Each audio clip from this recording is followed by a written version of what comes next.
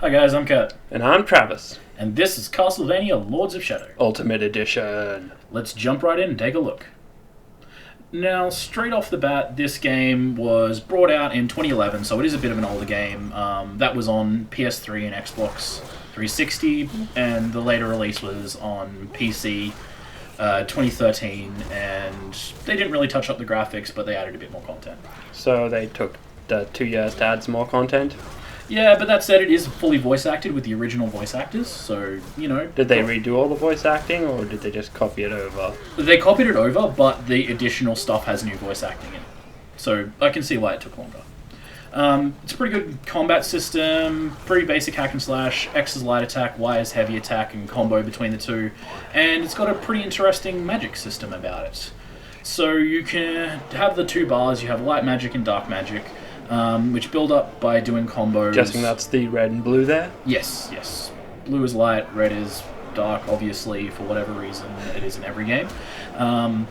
And light will actually heal you with every attack, which is really nice. So stealing life from undead enemies. Don't worry about it. And dark deals more damage to any enemy. It's pretty handy. So you got your light for life stealing and your dark for augmenting your damage output. Yeah, exactly, and the two work really well, especially in boss fights.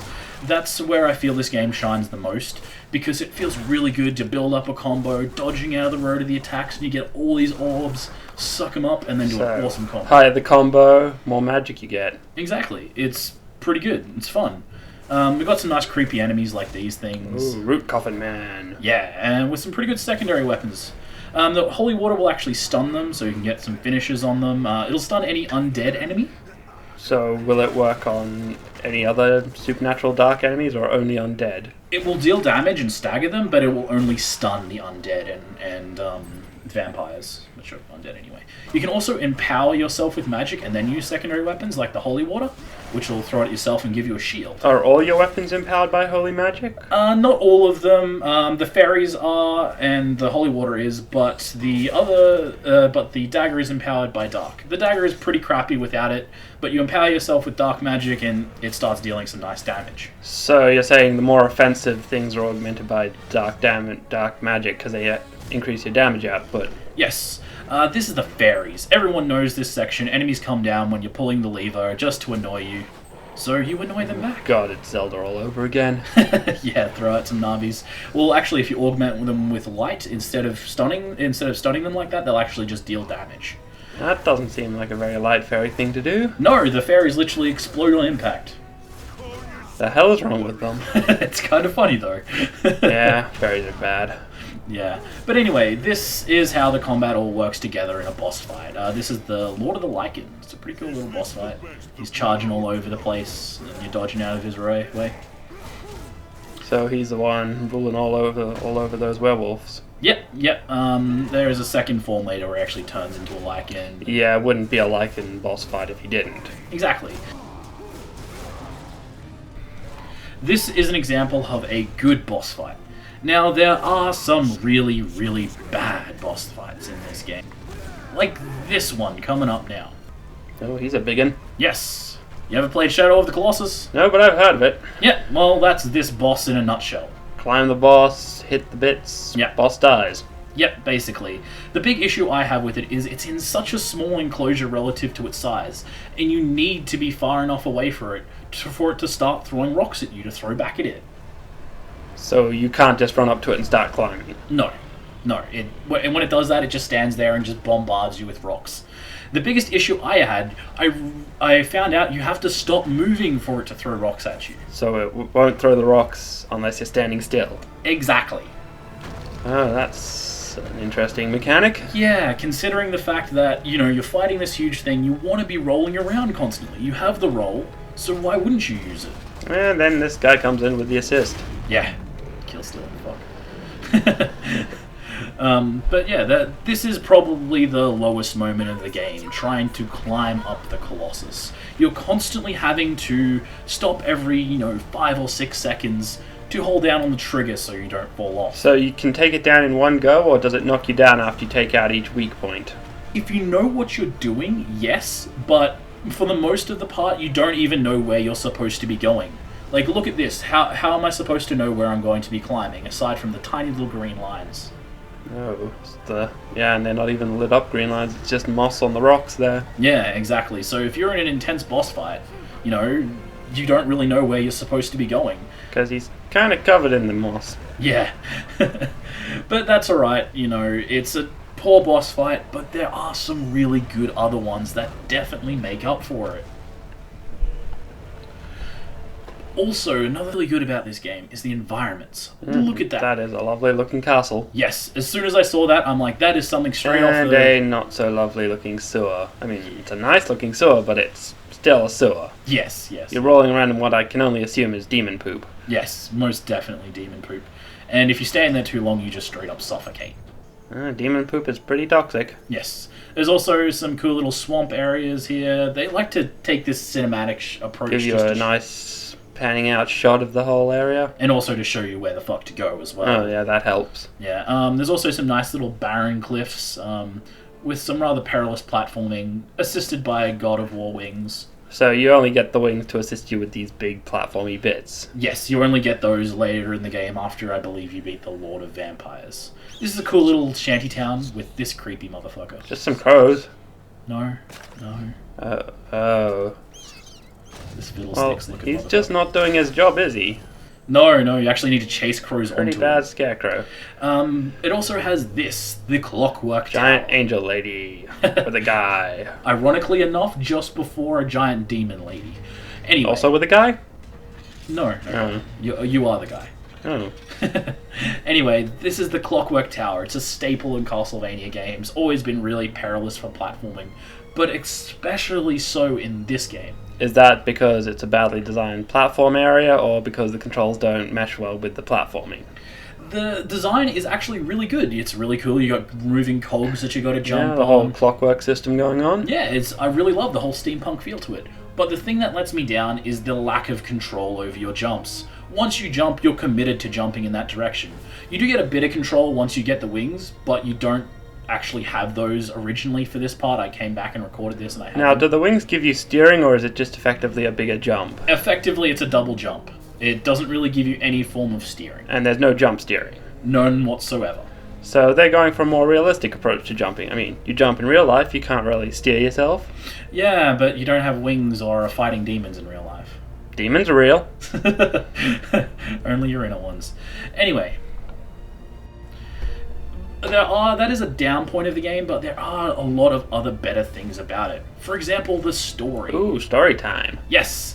So pretty much you're one of the descendants of the Belmonts, who were the guys from the original Castlevania series. Those vampire whipping badasses. Yes, with their whips and the crazy whip thing you used to do in the NES one. But anyway, yes, you're going around trying to track down the Lords of Shadow, who are various evil people. One of them... I mean, naturally named Lords of Shadow. Yeah, obviously. One of them is Lord of the Lycans, one of them is Lord of Vampires, and the other is Lord of the Necromancers. And I'm guessing they each have their own sort of area where you fight specific minor enemies. Yes, they all have their own unique tile sets and their own unique sort of minions, essentially. Now, do all these minions have their own unique moves, or are there moves that cross over the different areas? That's one thing I really liked about it, actually. There was no dominant strategy in this game. Every single enemy you had to fight in its own unique way. So you can't just copy and paste your attack patterns over the various areas. No. For example, God of War, I'll take that as an example because it's simply the easiest thing to do with this. And a lot of people will be comparing this to God. Inside of God of War, I would only use 2 or 3 combos throughout the whole game. So you could just use the same moves over and over again there. Exactly, yes. But in this one, every single time they have a new introductory sequence for an enemy, I was like, oh, I'm going to have to figure out how I'm going to have to fight this one the most effectively. It's actually really fun. Yeah, it gives it a nice bit of change there, having to figure out how each enemy attacks and how you got to take them down. Yeah, that was actually a really good high point of the game whenever they introduced new enemies, which happened pretty much every tile set. One last thing I really like about this is the type of thought that actually goes behind the making of the monsters themselves. Like, you'll see this monster coming up, and I want you to tell me what you think this monster actually is. Ah, yes, the mythical four-legged spider bot. Yes. In the lore of this is Frankenstein's monster. Okay. Yeah. I really like that they took the idea of an artificial life, because what is actually going on Oh, yeah, I here? see. It looks like it's got the body on the back there. Yeah. I mean, it's much cooler than fighting a big old green guy with bolts in his neck. Yeah, spiders are cooler than guys. Exactly. I mean, I'd much more prefer to fight a spider than a guy. But spiders are also freaky as hell. Yes, they are. Now, this is actually the second time you fight him. You need to fight him earlier in some sort of electrical place, and you think you beat him, but he comes back. But yes, that's this guy, and you do a pretty cool finisher on him. Bust out his little brain case. Ah, yes, the central nervous system. Yes, central nerve system, more like it. But yeah, then you fling it over, and bye-bye, Mr. Frankenstein's monster. And just casually crush the brain into blood. Yes, you do that a lot with a lot of things. Looks cool. Exactly.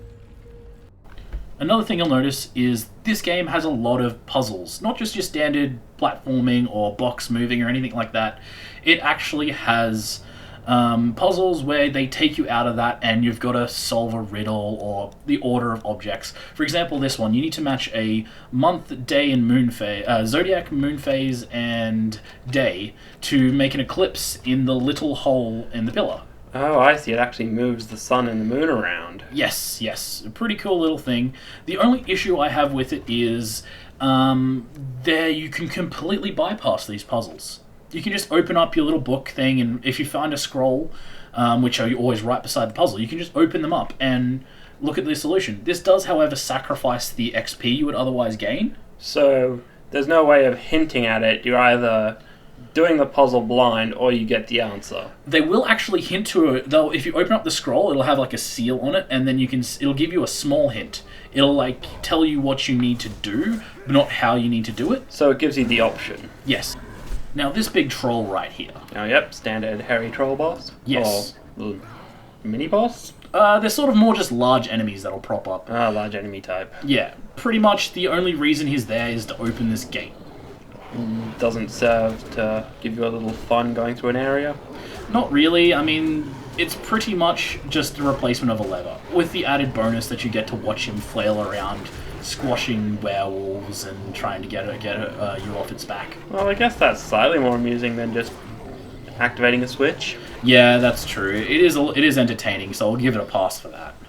It's a pretty good game. And I'm going to talk over this last little boss fight here. And who is this boss? This is the Black Knight. You would have seen him in the Colossus boss fight. Oh, yes, coming in with the assist? Yes. I'm not going to go into why he's here or you're fighting him, because that's all story stuff, and I don't want to spoil it for anyone who wants to get the game, which I do highly encourage.